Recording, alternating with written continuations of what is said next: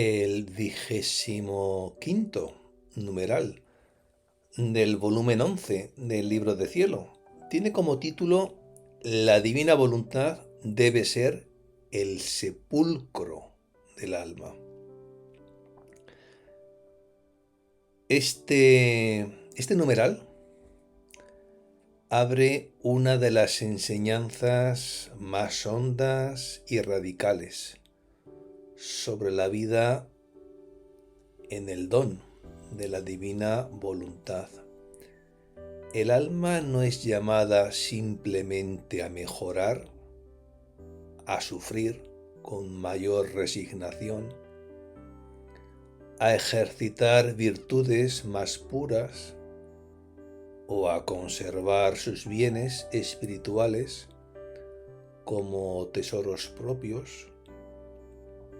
Es llamada a ser sepultada en el querer divino, de tal modo que aún lo más santo que parece pertenecerle quede consumido en Dios y renazca bajo una forma enteramente nueva. La imagen del sepulcro, lejos de ser sombría, encierra aquí una altísima promesa. Todo lo que muere en la divina voluntad resurge en vida divina. Luisa comienza desde una experiencia de empobrecimiento interior. Después de la comunión, siente que todo le huye. Los sufrimientos, las virtudes, los bienes del alma, aquello mismo que antes parecía sostenerla en su camino. Pero Jesús corrige inmediatamente la mirada. No quiere que se detenga en la pérdida, ni que se contemple a sí misma bajo el aspecto de lo que posee o deja de poseer. La conduce a su puesto verdadero, la nada. Solo allí el todo puede ocupar su lugar. Esta es la primera clave del numeral. La criatura no alcanza la plenitud acumulando bienes espirituales como propiedad personal, sino dejando que el todo divino sustituya, absorba y transforme cuanto en ella todavía conserva sabor de posesión propia. De ahí la expresión central.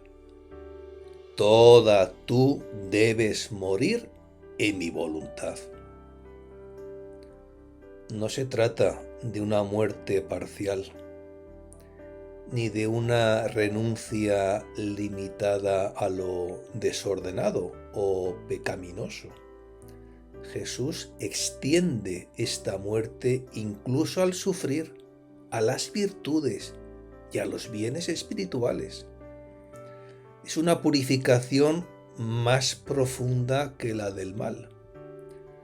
Es el paso desde lo santo, vivido todavía bajo forma humana, hacia lo divino, vivido en el mismo querer de Dios.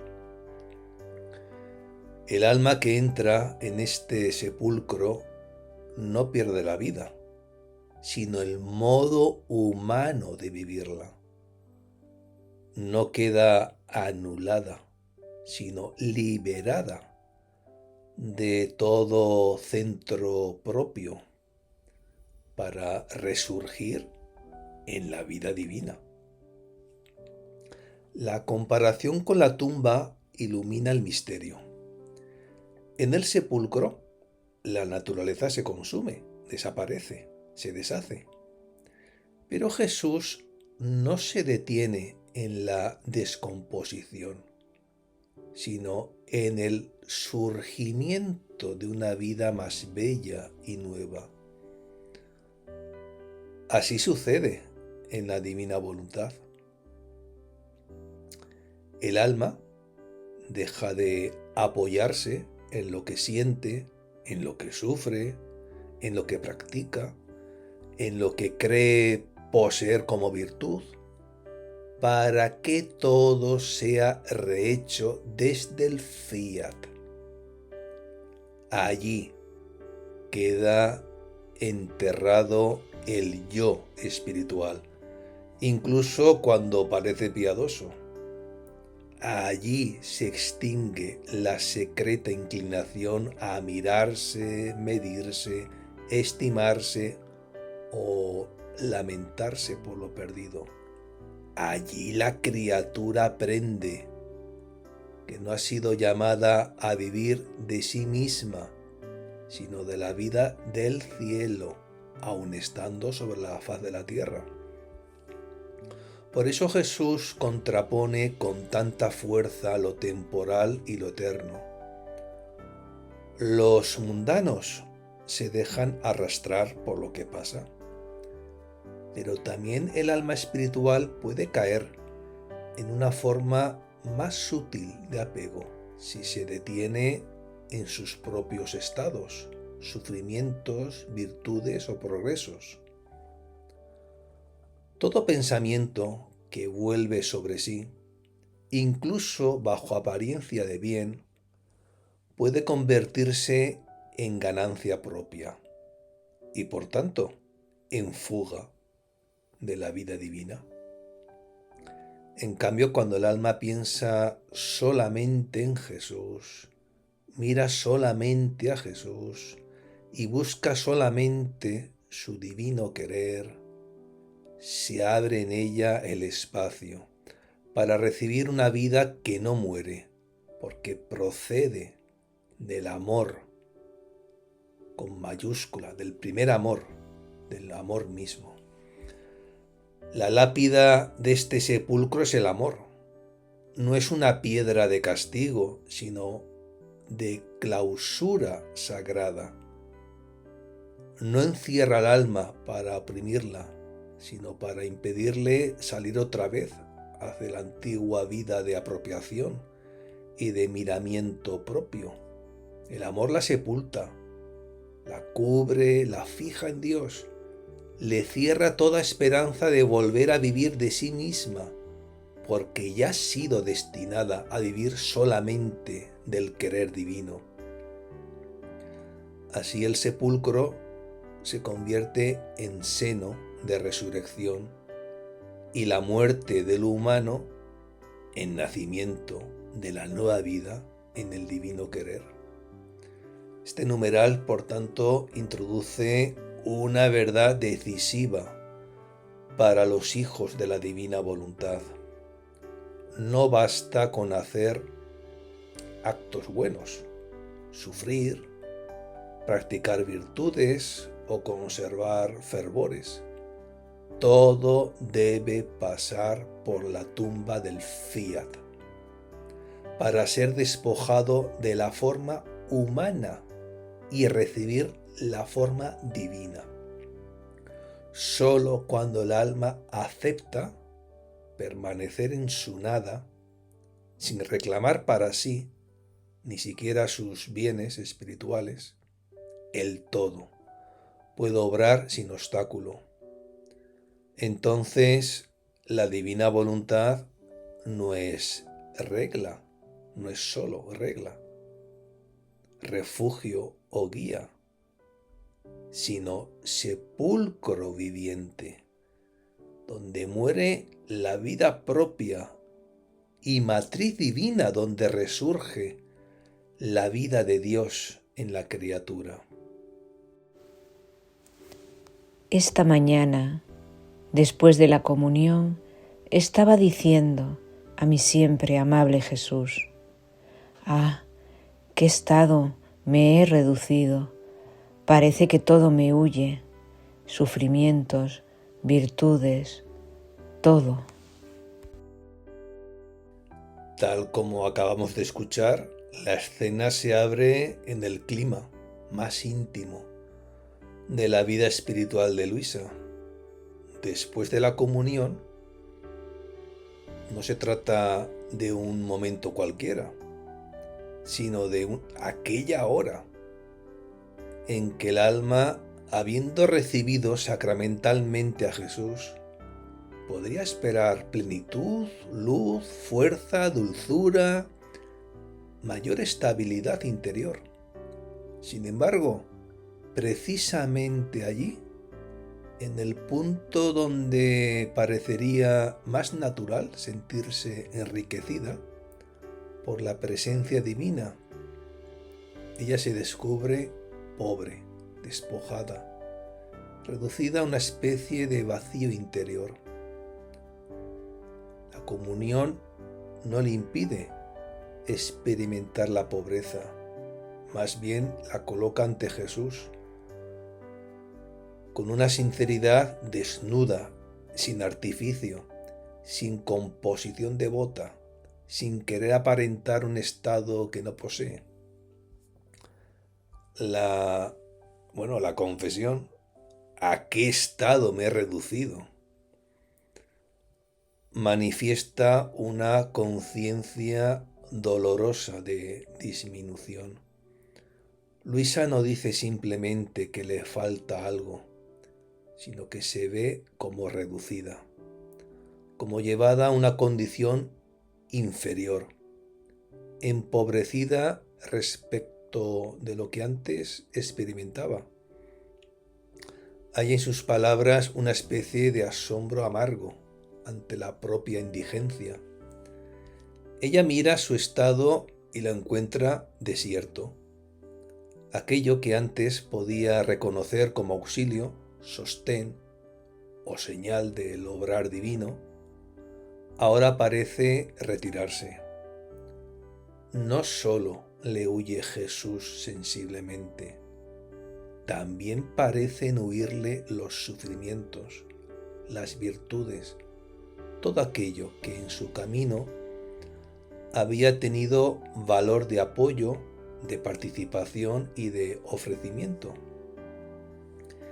Este punto es de gran importancia para entender el numeral. Luisa no se lamenta por cosas vanas ni por bienes terrenos. Se lamenta porque parecen escapársele realidades santas, los sufrimientos, las virtudes, los bienes espirituales. Su dolor nace del temor de no tener ya nada que ofrecer, nada con qué corresponder, nada que la haga permanecer en el orden querido por Jesús. Pero precisamente aquí comienza la purificación más fina. El alma no debe apoyarse ni siquiera en lo que considera santo, si todavía lo mira como algo suyo, como una posesión espiritual, como una riqueza que le permite reconocerse fiel, paciente, virtuosa o aceptable delante de Dios. Por eso, la frase "parece que todo me huye" tiene una hondura particular. No dice que todo haya desaparecido objetivamente, sino que así lo experimenta. El lenguaje de Luisa revela una prueba de desasimiento. Lo que antes se dejaba percibir, ahora se oculta. Lo que antes parecía acompañarla, ahora se vuelve inasible. El alma se siente privada no solo de consuelos, sino de referencias interiores. Ya no puede decir: tengo sufrimientos, tengo virtudes, tengo firmeza, tengo méritos, tengo algo que ofrecer. Todo se le escapa de las manos, y al escapársele, la obliga a descubrir que su verdadero lugar no está en poseer, sino en permanecer disponible para que el todo divino ocupe en ella todo espacio. Así, estas palabras de Luisa preparan de manera perfecta la respuesta de Jesús. Hemos escuchado cómo Luisa presenta su pobreza como pérdida. Jesús la revelará como puesto verdadero. Ella cree haber caído en un estado de reducción. Jesús le mostrará que esa reducción es retorno a la nada propia de la criatura, donde la divina voluntad puede obrar sin obstáculos. Ella se duele de que le huyan sufrimientos y virtudes. Jesús le enseñará que aún esas realidades deben morir en su querer supremo, para que no quede en el alma ninguna vida apoyada en sí misma, ni siquiera bajo forma de bien espiritual. La comunión, entonces, aparece como el marco silencioso de una enseñanza altísima. Jesús, comulgado, recibido en el alma, no viene solo a consolarla, sino a conducirla a la verdad más radical de la nueva vida en el querer divino. Después de la comunión, Luisa no es confirmada en sus posesiones interiores, sino introducida en una desnudez mayor. Y esta desnudez no es abandono, sino preparación. El alma, que ha de vivir en el reino de la divina voluntad, debe aprender a no retener nada como propio, ni el sufrir, ni las virtudes, ni los carismas, ni siquiera la seguridad de sentirse en buen estado. Todo debe quedar entregado al fiat, para que el alma no viva ya de lo que tiene, sino de lo que Dios es. Por eso este primer lamento no debe calarse como simple abatimiento, sino como umbral doctrinal del numeral. Luisa pronuncia la queja de quien se siente vacía. Jesús responderá revelando el misterio de una tumba divina. Ella ve fuga, Jesús verá sepultura. Ella ve pérdida, Jesús verá consumación. Ella ve empobrecimiento, Jesús verá el espacio donde el todo puede entrar. En esa tensión entre la percepción del alma y la mirada de Jesús se abre la enseñanza central. Para vivir de la divina voluntad, el alma debe dejar que todo lo humano, aun lo más santo, sea sepultado en el querer divino, a fin de resurgir no con una vida simplemente mejorada, sino con vida divina. Hija mía, ¿qué tienes? ¿Quieres perder el tiempo? ¿Quieres salir de tu nada? Ponte en tu puesto, en tu nada, a fin de que el todo pueda tener su lugar en ti. Has de saber que toda tú debes morir en mi voluntad, el sufrir, las virtudes, todo. Mi querer debe ser la tumba del alma, y así como en la tumba la naturaleza se consume hasta en realidad desaparecer, y de esa misma consumación resurgirá a vida más bella y nueva. así el alma sepultada en mi voluntad como dentro de una tumba, morirá al sufrir a sus virtudes, a sus bienes espirituales y resurgirá en todo a la vida divina. La respuesta de Jesús comienza con una pregunta que parece tierna y severa a la vez. ¿Qué tienes? No es la pregunta de quien ignora el estado del alma, sino la de quien quiere arrancarla de una mirada torcida sobre sí misma. Luisa había dicho, todo me huye. Jesús le muestra que el peligro no está tanto en lo que parece huir, sino en el modo en que ella se detiene a mirarlo.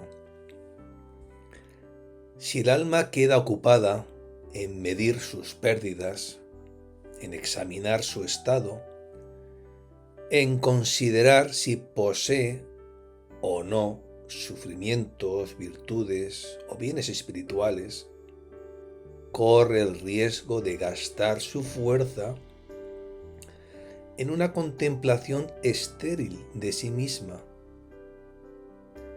Por eso Jesús, tal como acabamos de escuchar, añade, ¿quieres perder el tiempo?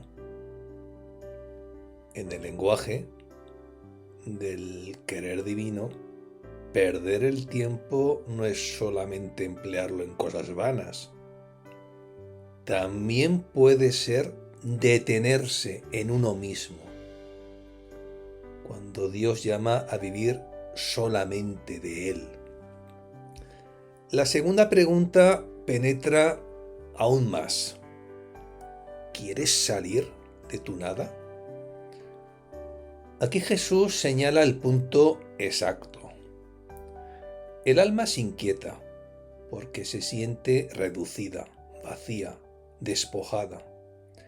Pero esa reducción vista por Jesús no es desgracia, sino verdad. La nada no es una humillación destructiva, sino el puesto propio de la criatura ante el todo. Salir de la nada sería querer recuperarse a sí misma como centro, querer volver a poseer algo que le permita reconocerse, sostenerse, afirmarse ante Dios. Jesús, en cambio, la llama a permanecer en su lugar. Ponte en tu puesto, en tu nada. Es una frase de una densidad extraordinaria, porque revela que la santidad del fiat no se edifica sobre la grandeza sentida del alma, sino sobre su disponibilidad total para dejar sitio a Dios. Dice Jesús, a fin de que el todo pueda tener su lugar en ti.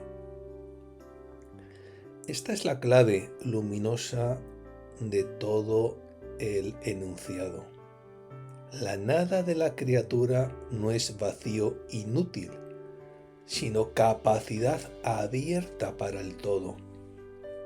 Cuando el alma se llena de sí, aunque sea de sus virtudes, de sus sufrimientos y de sus bienes espirituales, deja poco espacio para que Dios reine sin división.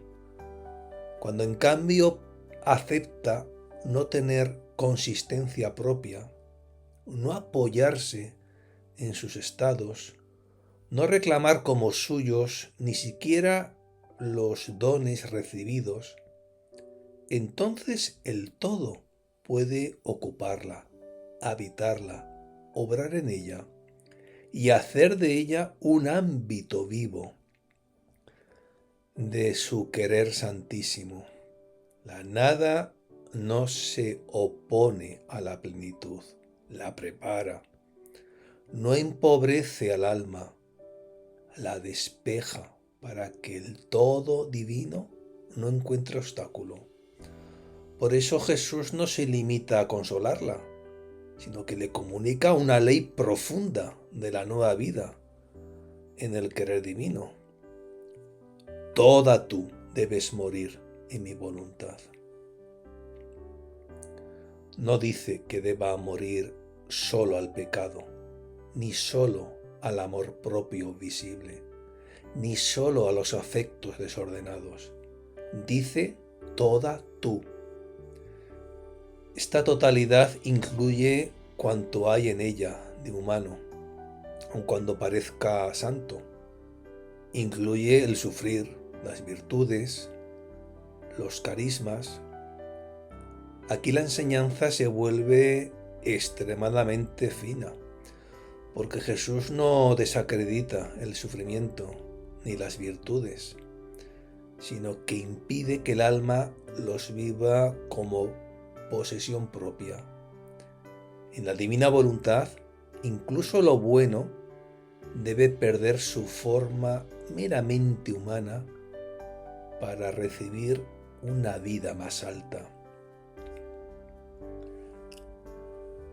Jesús, tal como acabamos de escuchar, dice el sufrir, las virtudes, todo. Esta enumeración contiene una purificación radical. El sufrimiento, si el alma se lo apropia, puede llegar a ser una señal de sí misma. Yo sufro, yo reparo, yo ofrezco, yo soy alma víctima. Las virtudes, si son miradas como riqueza propia, pueden convertirse en un espejo donde el alma se contempla. Yo soy paciente, yo soy humilde, yo soy fiel. Los bienes espirituales, si son retenidos como patrimonio interior, pueden alimentar una secreta complacencia. Jesús quiere que todo eso muera, no porque sea malo en sí, sino porque todavía puede quedar envuelto en el modo humano de poseer, medir y referir las cosas a sí mismo. En el reino, el alma no debe vivir ni siquiera de su santidad como algo suyo. Debe vivir solamente del fiat. Claro, entonces aparece la imagen central. Mi querer debe ser la tumba del alma. Es una expresión sobrecogedora. La divina voluntad no es presentada únicamente como luz, alimento, camino o morada, sino como sepulcro. Pero este sepulcro no tiene el sentido de una extinción sin retorno. Es el lugar donde se consuma lo viejo para que pueda surgir lo nuevo. En la tumba, la naturaleza se deshace, se consume, pierde su figura anterior hasta desaparecer. Así también el alma, encerrada en el querer eterno, debe dejar que se consuma en ella toda forma de vida propia. No solamente la vida abiertamente defectuosa, sino la vida espiritual que todavía conserva el sabor de la criatura. Este morir en la divina voluntad no es una anulación de la persona, sino una transformación de su principio vital. El alma no desaparece para quedar vacía. desaparece en cuanto vida propia, para resurgir como vida poseída, animada y gobernada por Dios. Por eso Jesús añade que de esa misma consumación resurgirá a vida más bella y nueva. La consumación no es el final, sino el tránsito. Lo que se pierde en la tumba del fiat no se pierde para la nada, sino para ser devuelto bajo forma divina. La criatura deja de vivir de lo suyo para comenzar a vivir de lo que Dios le comunica. Deja de reconocerse por sus estados interiores y empieza a quedar escondida en una vida que no nace de ella, sino del querer divino. La comparación con la tumba permite comprender la severidad y la esperanza del pasaje. Severidad porque Jesús no admite reservas. Toda tú debes morir. Esperanza, porque esa muerte desemboca en una vida más bella y nueva. El alma, sepultada en el divino querer, no queda encerrada en una oscuridad de abandono, sino introducida en un misterio de resurrección. La tumba del fiat es oscura solo para la vida humana que se resiste a desaparecer. Para la vida divina es seno fecundo, lugar de recreación, espacio donde Dios rehace a la criatura desde dentro. Así se entiende la frase final. Morirá al sufrir, a sus virtudes, a sus bienes espirituales, y resurgirá en todo a la vida divina. Jesús no dice simplemente que el alma recibirá más gracia, más fervor o más fortaleza. Dice que resurgirá en todo a la vida divina. La medida es total. Lo que antes era sufrimiento humano, aunque ofrecido a Dios, debe renacer como participación en los padecimientos de Jesús dentro de su querer. Lo que antes eran virtudes practicadas por la criatura debe renacer como irradiación del mismo orden divino en ella. Lo que antes eran bienes espirituales poseídos como dones, debe renacer como bienes divinos, circulando en el alma sin apropiación, sin retorno egoísta, sin centro humano.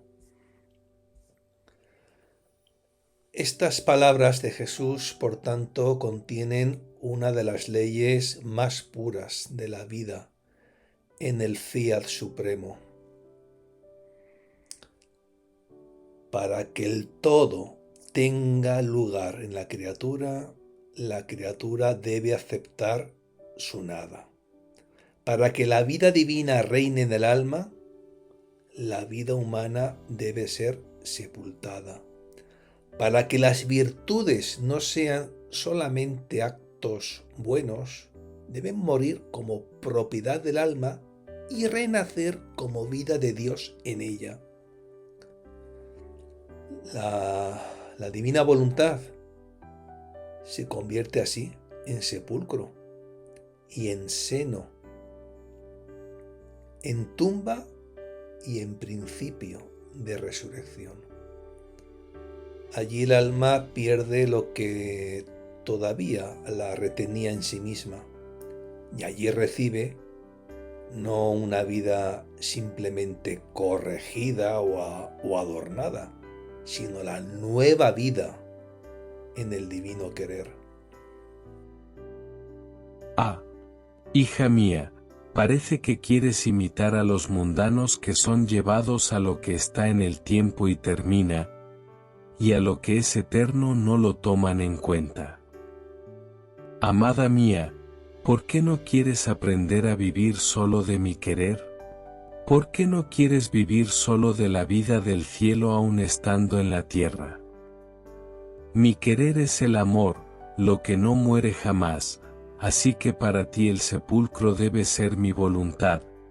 La lápida que te debe encerrar, lapidar, sin darte la esperanza de salir es el amor. Y además, cada pensamiento que se refiere a sí mismo, aun sobre las mismas virtudes, es siempre un ganar para sí mismo y huir de la vida divina. En cambio, si el alma piensa solo en mí, me ve solo a mí, toma en ella la vida divina, y tomando la vida divina huye la humana y toma todos los bienes posibles. ¿Nos hemos entendido? Bueno, pues Jesús prosigue la enseñanza con una advertencia que a primera vista podría parecer sorprendente. Parece que quieres imitar a los mundanos.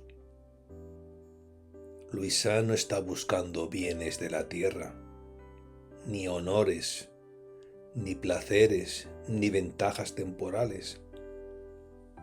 Se lamenta de que le huyan sufrimientos, virtudes y bienes espirituales. Sin embargo, Jesús descubre en esa mirada un peligro más sutil: quedarse prendida de lo que pasa, aunque tenga apariencia santa, porque también los estados interiores, las consolaciones, las penas sensibles, las virtudes reconocidas y los bienes espirituales experimentados pertenecen todavía, en cuanto sentidos y poseídos por el alma, al orden de lo que puede cambiar, venir, retirarse, aparecer y desaparecer. Si el alma se deja arrastrar por la presencia o ausencia de estas cosas, aunque sean santas, todavía vive pendiente de algo que no es el mismo querer divino. De ahí la comparación con los mundanos. El mundano se deja conducir por lo que está en el tiempo y termina. Pero el alma espiritual puede caer en una imitación más delicada de esa misma actitud cuando se aflige porque le falta tal sufrimiento, tal virtud sentida, tal fervor, tal certeza interior. No se trata ya de apego a cosas groseras, sino de apego a formas espirituales, que si no son absorbidas por el fiat, pueden convertirse en puntos de apoyo para la vida propia. Jesús no acusa a Luisa de mundanidad, sino que le revela una raíz finísima de temporalidad espiritual. O sea, querer vivir de lo que se percibe, de lo que se posee, de lo que se puede llamar mío, en vez de vivir solo de lo eterno. Por eso la pregunta se vuelve tierna y penetrante. ¿Por qué no quieres aprender a vivir solo de mi querer? Jesús no le pide simplemente que acepte una privación, sino que aprenda un modo nuevo de existir, Vivir solo de su querer significa no tomar como alimento principal ni los consuelos, ni las penas, ni las luces, ni las oscuridades, ni los adelantos visibles, ni las aparentes pérdidas. Significa tener por vida únicamente lo que Dios quiere, como Dios lo quiere, cuando Dios lo quiere, sin que el alma vuelva a sí misma para medir si posee o no posee. En el reino de la divina voluntad, el alma no vive de las variaciones de su estado, sino de la estabilidad eterna del fiat. La segunda pregunta abre todavía más el horizonte. ¿Por qué no quieres vivir solo de la vida del cielo, aún estando en la tierra? Aquí se encuentra uno de los núcleos más luminosos del numeral. Jesús no propone una espiritualidad de mera resignación ante la pobreza interior, sino una vida anticipada de cielo. El alma, aunque camine todavía en la tierra, puede vivir de un principio que no pertenece a la tierra. Puede respirar una vida que no nace del tiempo. Puede obrar, amar, sufrir y callar desde una fuente que no cambia. Esta es la grandeza de la nueva vida en el querer divino. No esperar el cielo solo como término futuro, sino dejar que la vida del cielo reine ya en la criatura peregrina, no por visión gloriosa, sino por participación en el fiat. Jesús revela entonces el fundamento de todo. Mi querer es el amor, lo que no muere jamás. La divina voluntad no es una ley fría, ni una fuerza impersonal, ni un mandato exterior que aplasta al alma. Es amor eterno, amor que no muere, amor que no pasa, amor que no queda sujeto a las alternancias de la sensibilidad ni a las mudanzas del tiempo. Si el querer divino es el amor que no muere, entonces vivir de él es salir del régimen de lo caduco para entrar en la vida de lo permanente. Todo lo que el alma mira fuera de este amor puede faltar. Todo lo que vive dentro de este amor queda sumido en lo eterno. Por eso Jesús vuelve a la imagen del sepulcro y la intensifica. Para ti, el sepulcro debe ser mi voluntad. El alma debe quedar encerrada en el fiat, como en una tumba sagrada, no para ser anulada, sino para ser preservada de toda salida hacia la vida propia. La tumba del querer divino no es lugar de muerte estéril, sino clausura de amor donde ya no se permite al alma volver a sus antiguas apropiaciones. Allí muere el apego a los bienes temporales, pero también muere la posesión espiritual de sí misma. muere la necesidad de sentirse virtuosa, útil, sufriente, adelantada o segura.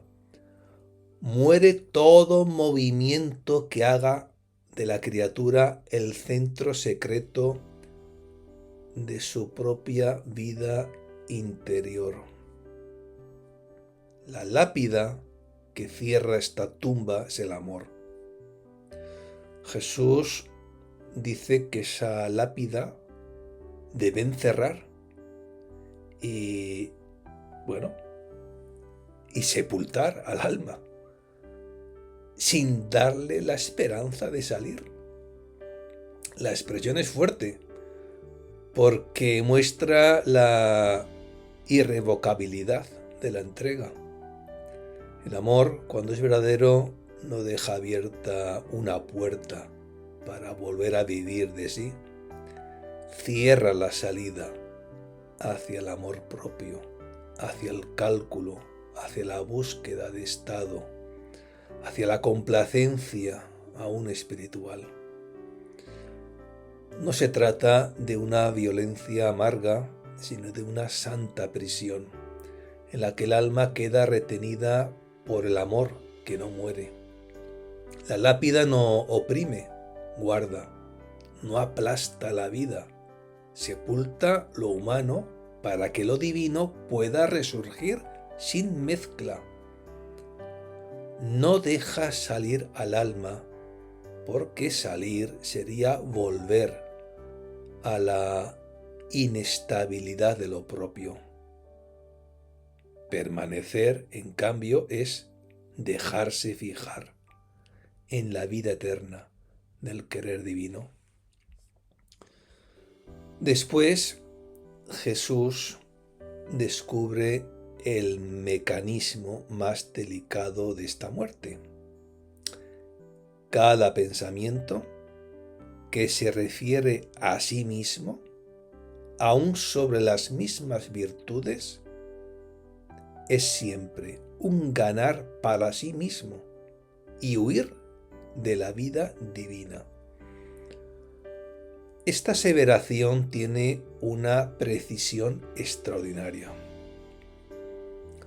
No solo las acciones desordenadas apartan de Dios, también el pensamiento vuelto hacia sí mismo puede disminuir la pureza de la vida divina en el alma.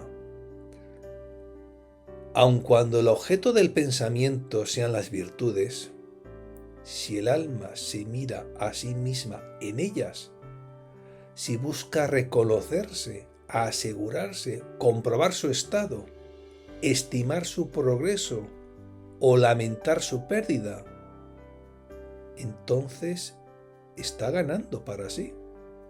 Y todo ganar para sí en este plano altísimo es una fuga de la vida divina, porque el alma deja de estar toda orientada a Jesús y vuelve a tomar posesión de su propio centro.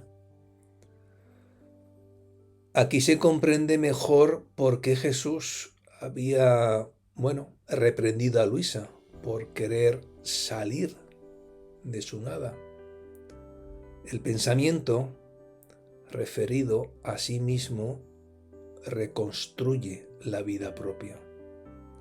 Aunque parezca humilde, aunque se disfrace de examen, de preocupación espiritual o de deseo de perfección, puede convertirse en una forma de apropiación. El alma quiere saber qué tiene, qué le falta, qué ha perdido, qué grado ocupa, qué valor tienen sus actos. Pero el don de la divina voluntad pide otra pureza, que el alma no viva de mirarse, sino de mirar a Jesús, que no se alimente de la conciencia de sus virtudes, sino del divino querer, que no se busque ni siquiera en el bien, sino que se pierda en el todo, para que el todo la posea. La contraposición final es decisiva. Si el alma piensa solo en mí, me ve solo a mí, toma en ella la vida divina. Pensar solo en Jesús no significa una tensión psicológica forzada, ni una imposibilidad de atender los deberes ordinarios, sino una orientación profunda del ser. El alma deja de volver sobre sí misma como sobre su medida, y Jesús se convierte en su único punto de referencia, en su única luz, en su único término. Lo mira solo a Él, no para negar las criaturas, sino para verlas todas en el orden del querer divino. Y al mirar solo a Jesús, recibe lo que mira. Toma en sí la vida divina. La mirada se vuelve comunión. El pensamiento se vuelve posesión divina. La atención amorosa abre paso a una vida que no procede de la criatura. Entonces sucede el cambio radical. Tomando la vida divina, huye la humana y toma todos los bienes posibles. Antes, Luisa decía que todo le huía, sufrimientos, virtudes, todo. Ahora Jesús revela cuál debe ser la verdadera fuga. No que huyan los bienes espirituales, sino que huya la vida humana. Cuando entra la vida divina, la vida propia se retira. Cuando reina el fiat, la criatura deja de apoyarse en sus modos. Cuando el alma ya no se contempla a sí misma, los bienes posibles no se pierden, sino que llegan en su forma más pura, porque ya no son poseídos como riqueza del yo, sino contenidos en la misma vida divina. Y el cierre, ¿nos hemos entendido? No es una simple pregunta final, tiene tono de sello. Jesús quiere que la enseñanza quede grabada sin equívoco. No basta haber comprendido que la divina voluntad es una tumba. Hay que aceptar que esa tumba esté cerrada por el amor. No basta reconocer que la nada es el puesto del alma. Hay que permanecer en ella sin nostalgia de apropiarse de los bienes espirituales. No basta querer la santidad.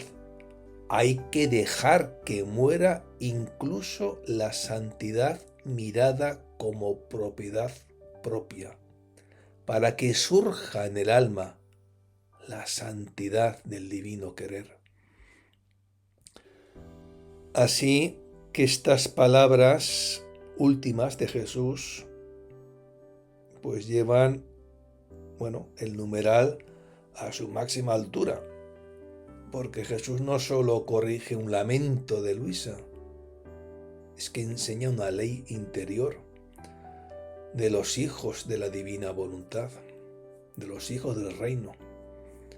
El alma debe dejar de vivir de lo que siente, de lo que pierde, de lo que posee, de lo que puede llamar suyo, incluso en el orden espiritual.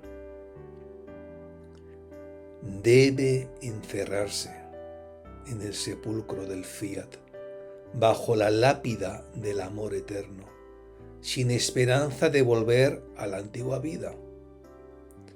Y allí, pensando solo en Jesús, mirando solo a Jesús, recibiendo solo su vida, deja huir la vida humana y entra en la posesión de todos los bienes posibles, no como conquista propia, sino como fruto de la vida divina que ha tomado morada en ella.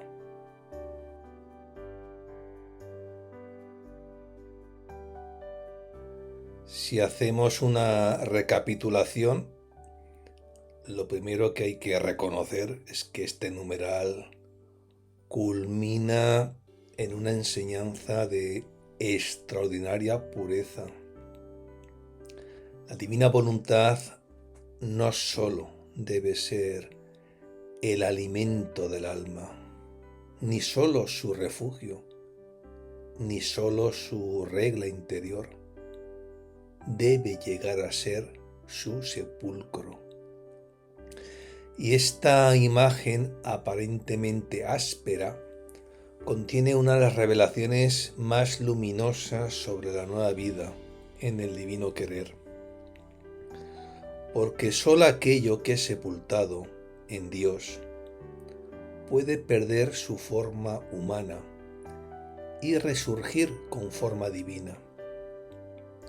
El alma no entra en este sepulcro para quedar anulada, sino para ser liberada de todo aquello que todavía la mantiene referida a sí misma, incluso cuando se trata de bienes santos, de sufrimientos ofrecidos, de virtudes practicadas y de riquezas espirituales recibidas. Hemos visto cómo Luisa comienza lamentándose de que todo le huye, sufrimientos, virtudes, todo. Jesús, en cambio, le descubre que esa fuga no es una desgracia, si la conduce a su puesto verdadero. ¿Cuál? La nada.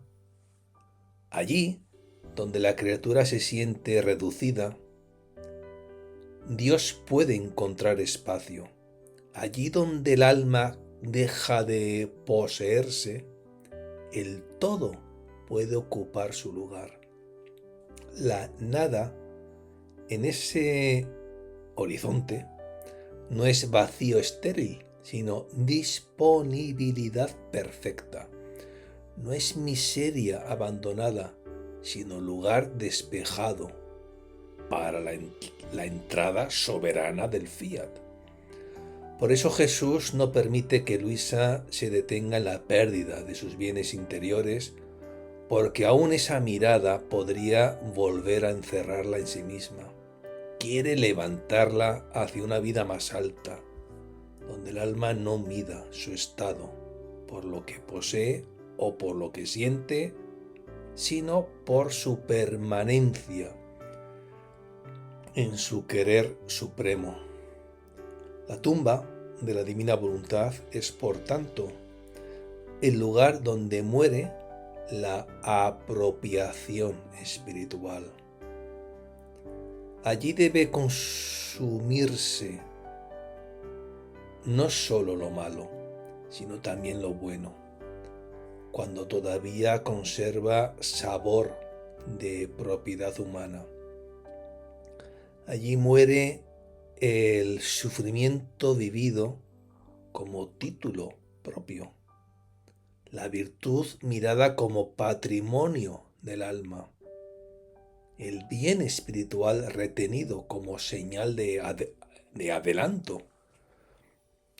Jesús no desprecia estas realidades, las purifica de la forma humana con que pueden quedar mezcladas. Quiere que el alma no diga ya: tengo sufrimientos, tengo virtudes, tengo bienes, tengo carismas, sino que desaparecida en el fiat pueda vivir de una sola posesión, Dios mismo obrando en ella.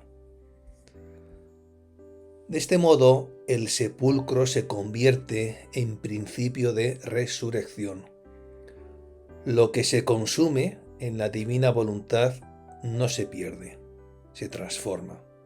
El sufrir, sepultado en el fiat, ya no permanece como pena de la criatura, sino que se eleva a participación en los padecimientos de Jesús. Las virtudes enterradas en el divino querer dejan de ser ejercicio propio para convertirse en irradiación de la vida divina. Los bienes espirituales, despojados de toda apropiación, dejan de alimentar el regreso del alma sobre sí misma y comienzan a circular como bienes de Dios recibidos y devueltos en la pureza del amor. Así la muerte que Jesús pide no empobrece, ensancha, no vacía, diviniza, no arrebata al alma sus riquezas, le quita el modo humano de poseerlas, para entregárselas en un modo más alto, más libre y más conforme al reino de la divina voluntad. Por eso Jesús advierte a Luisa contra la imitación de los mundanos. La mundanidad no está solo en amar lo terreno de manera burda. También puede insinuarse de forma más fina cuando el alma se deja atraer por lo que pasa, aunque tenga apariencia espiritual.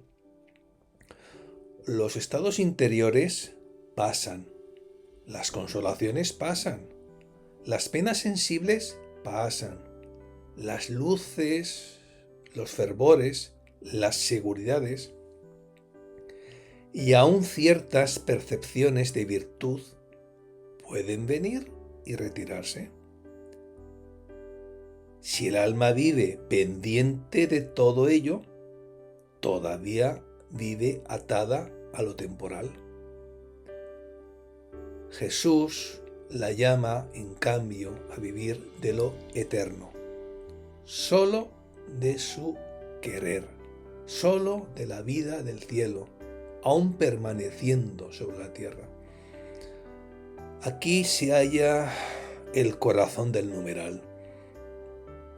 La vida en la divina voluntad no consiste solamente en hacer actos buenos, ni en padecer con paciencia, ni en practicar virtudes con fidelidad.